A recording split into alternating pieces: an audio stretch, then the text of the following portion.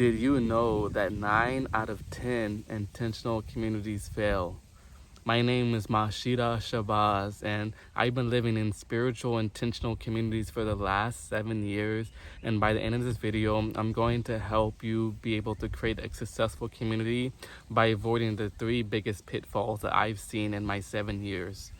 The first one is that I see that it's super important to have a unified belief system or a unified spiritual practice.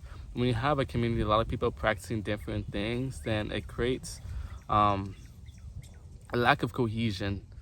Um, does this mean in a way that everyone needs to be like robots in their belief and everyone needs to be exactly the same? There can't be any difference. No, that's dogmatic. But what I'm speaking to is that there is a common belief, like everyone believes that there is a God, there is a loving, intelligent God, and He is creating everything, and nature is one of His manifestations, and meditation is essential to that. And once we start to layer on these things, then we have a common basis, because when disagreements come up, we can all rely upon religion, upon spiritual teachings, and if we have similar belief systems, then we can all look towards the same teaching from a scripture and say, hey, no, look, this is what Jesus said about these different things. Sure, we could have different interpretations, you can't stop that, but like, we can all agree that Jesus is about forgiveness and love, and it is a situation that we're acting with forgiveness and love. And these sort of common baselines really help a lot. And in my own communities that I'm a part of, we all practice the same teachings from Self-Realization Fellowship given by Paramahansa Yogananda, and it allows for such beautiful harmony in our communities, because we come from a place that we all deeply value the practice of meditation together. We all have the same guru, and when we're able to pray together, we're able to, when conflicts arise, we're all able to follow the same system of retire into meditation, call out to God, call out to our guru, receive guidance, and then come back in a calmer place. And we have this unanimous sense of knowing that God and our gurus are helping us and guiding us, and it changes everything in that approach, because otherwise you just have different people with different beliefs, and one person saying this, another person saying that. There's no cohesion, and it starts to fall apart, because the spiritual fabric of a community is the most important thing beyond anything else. And when you have that spiritual fabric, then anything can be built upon that. And so that's the first thing, is, do you have a clear spiritual cohesion in your community? And if you don't define it, if you do make it stronger, have daily spaces, or at least weekly, if not daily spaces, where you guys can come together and common practice and common spiritual fellowship. So that's the first thing. The second one is obscurity. Most intentional communities live in obscurity, and that's not the way. I understand that you're probably going to live off the land, going to live with the land, off grid, and you're probably trying to get away from the system, from cities, from society, right? That's all well and good, but it's important to understand that we need to be of service to other people and spread this knowledge. And in fact, the greatest issue communities experience is a lack of new blood that enters the community, whether it's residents, retreatants, etc. It's because they're not known, they're not making efforts to spread their name.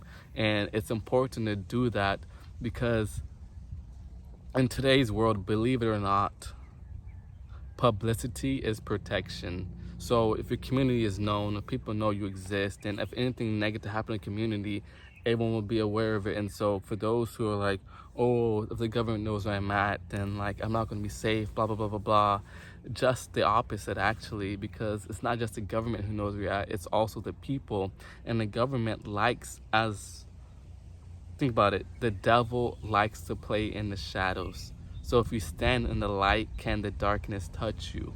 It cannot. So being developing fame, being in public is about standing in the light and being seen and becoming examples and beacons of light and truth and community in this new age that we're developing. And so it's important to shift the mindset from being obscure to being present, being out in the open. And this is just the hidden switch when you do that, because you could attract more people. Your community is not lacking of people anymore. And when you have an abundance of personnel, then you're able to engage in more industries, more different business models, and start to grow. And so this is the game changer and the real shift to make. And this leads perfectly into the last, can be a pitfall or a boon depending on if you're incorporating it or you're not incorporating it. And that is, are you approaching your community from the place of building microcosm of civilization? And this is a big concept for people, because most people building communities like, I just want a space for my family, my immediate friends, for the people who I like, and we're just gonna have a good time. But understand there is a deeper purpose and there's a deeper duty and responsibility for you who are building communities. That responsibility is that you're building the framework and the foundations for a new civilization. And when I say it, I mean it, that we are on the verge of a global shift towards higher civilization, a higher conscious state of being collectively. And communities are the frontier.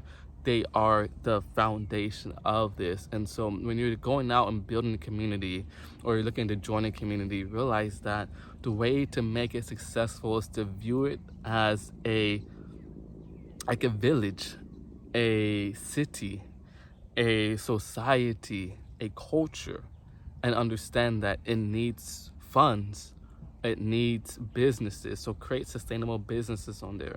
It needs religion. It needs not dogmatic religion, but religion that feeds your soul, religion that your soul knows without a shadow of a doubt that this is truth. That's what you need. And you need fellowship. You need a sense of intergenerational interactions, because this is what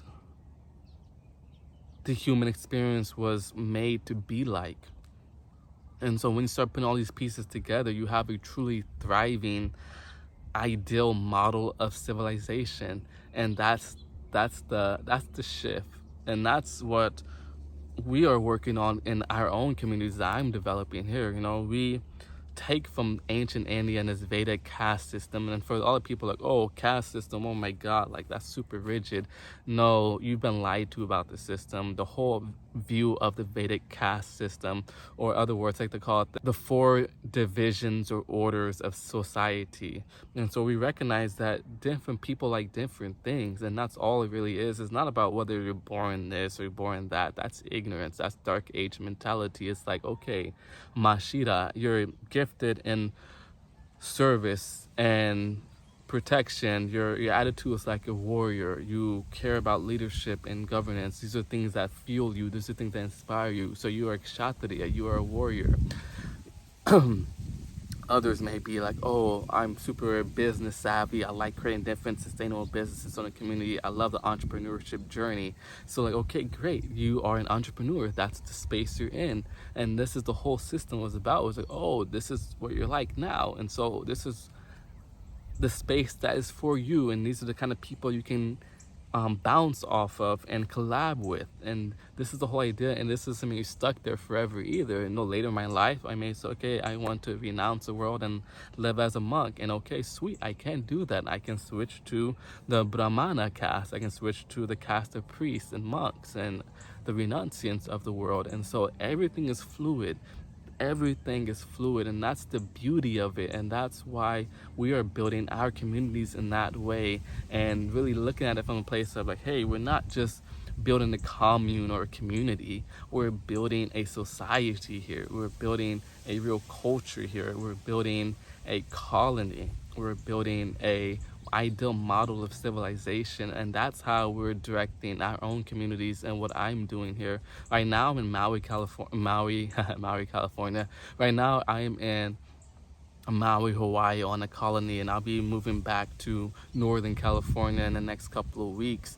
to continue developing another community, another colony there. And along the way, I want to keep you guys updated about what I'm doing and the lessons and insights I'm learning about building communities, because I think this is so much needed in the world. A lot of people want this, but have zero idea of how to go about it, have zero idea of the steps to take. And so in just this video, I want to remind you guys of the 3 potential pitfalls, and when you turn them around, they are also the 3 keys to success in community.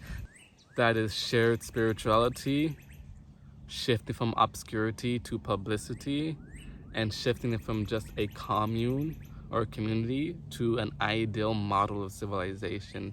And if you're doing those 3 things and avoiding those pitfalls on the opposite side, then you are going to be thriving, and you'll be that 1 out of 10 successful communities existing today that the world very much needs. If you liked today's video, please like and subscribe and comment about your experiences in community. I'd love to hear about it. And for those interested further about what I do and my mission, I lead a spiritual night order dedicated to building, protecting, and serving a global network of spiritual intentional communities rooted in self-sustainability and deep meditation.